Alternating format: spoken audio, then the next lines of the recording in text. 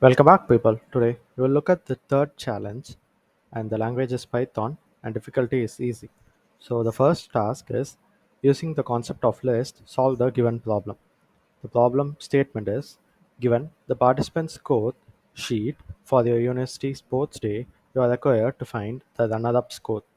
You are given n score, store them in a list, and find the score of the runner up. So the input format is as follows. The first line contains n, the second line contains an array A of n integer each and separated by a space. The output should be the score of the runner-up. Sample input is 5 and the second line contains 2, 3, 6, 6 and 5. Output should be 5.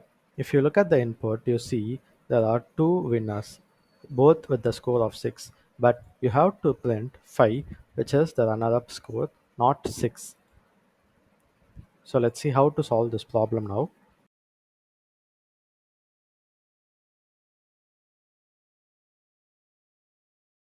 So this is the code. Here we have the map function. We already know about the input and split functions. We also have the sorted and set functions. So the map function work as an iterator to return a result after applying a function to every item of an iterable. In this case, we are applying type conversion and converting every input into an integer and storing it in an array called ARR. The set function creates a set object. The set is a kind of list where set items are unordered. We are using set and not list because set does not allow duplicate values. We use list, then 6 will be the runner-up score. When sorted, all the values will be arranged in ascending order and we are getting second but last value. So we will get 6 as output if we use list. That's why we are using set. The set does not allow a duplicate values, so we have only one 6 and the second value will be 5, and that's why we are using set. Now let's run this. Let's give the value of n as 5 and 2, 3, 6, 6 and 5. Let's give enter and we have the value as 5. The runner-up score is 5, which matches the sample input and output. So I guess you would have understood this problem. So let's look at the second question now. This is one of the common beginners interview question and it is named leap year. An extra day is added to the calendar almost every 4 years as February 29 and the day is called leap day.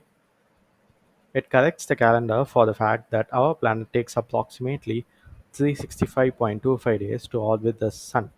A leap year contains a leap day. In a Georgian calendar, three conditions are used to identify leap year.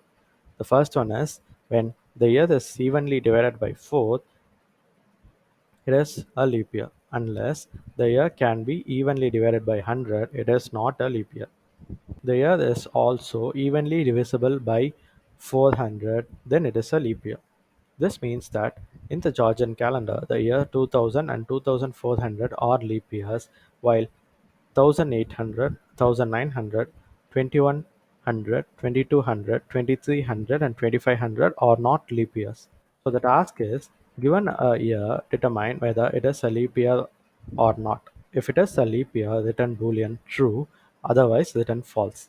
The input format is you should be giving a year as the input and the output format is the function must return a boolean value true or false.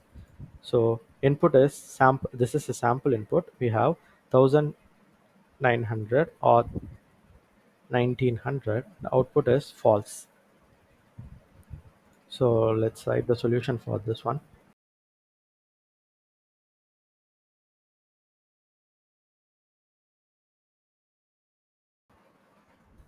So we have the first condition as the year can be evenly divided by 4. Then it is a leap year. So here we put year modulo 4 is equal to 0. That means when the year is divided by 4, if it gives 0, then it means it is even. Second condition is year can be evenly divided by 100. So Here we are using not equal to because if it is divided by 100 and gives 0, then it is not a leap year. But we need a leap year, so we are using not equal to symbol and percentage 100, which means year when divided by 100 does not give a 0, then it is true. We also have a third condition, so we use or here. So the third condition is the year is also evenly divisible by 400. So let's write this here.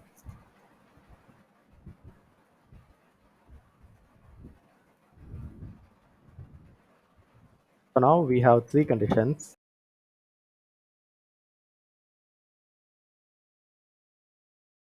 Now we have a solution. Let's run this. So let's give the input as 1900. Sorry. Yes, 1900 it is. The center. We have the output as false. So let's run this again.